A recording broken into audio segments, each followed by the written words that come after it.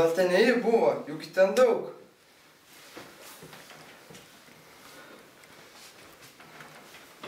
Žmogau, man problemų nereikia. Bet ji man į akis pažiūrėjo ir aš į akis pažiūrėjau. Tau gal įrodymų reikia? Imk, aš jos vakar žinutės nufotografavau.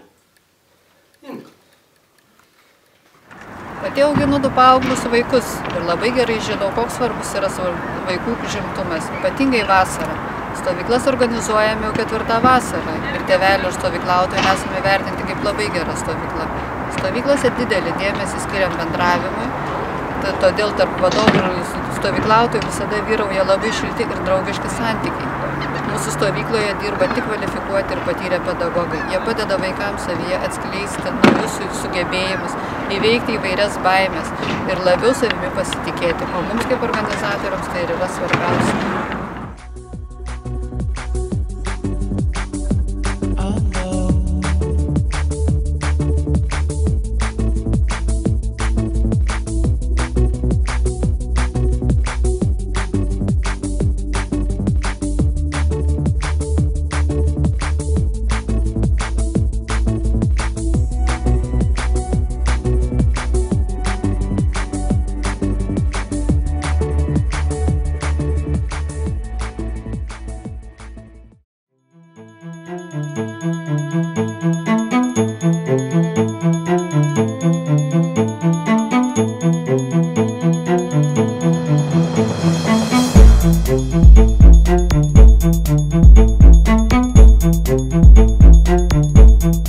Su vaikais dirbu jau nuo studijų metų ir per tą laiką esame sukūrę labai daug gražių, prasmingų ir gilių vaidinimų.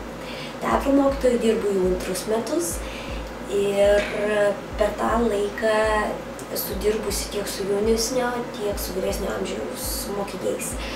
Labai tikiuosi, kad su dauguma stovyklautojų šiemet teatrinių užsiėmimų pagalba mes sukursime labai daug stiprių, labai daug gilių ir labai daug gražių vaidinimų, sulaužysim daug neigiamų stereotipų ir į gyvenimą pasižiūrėsim teigiamų ir šiek tiek kitokių kampų.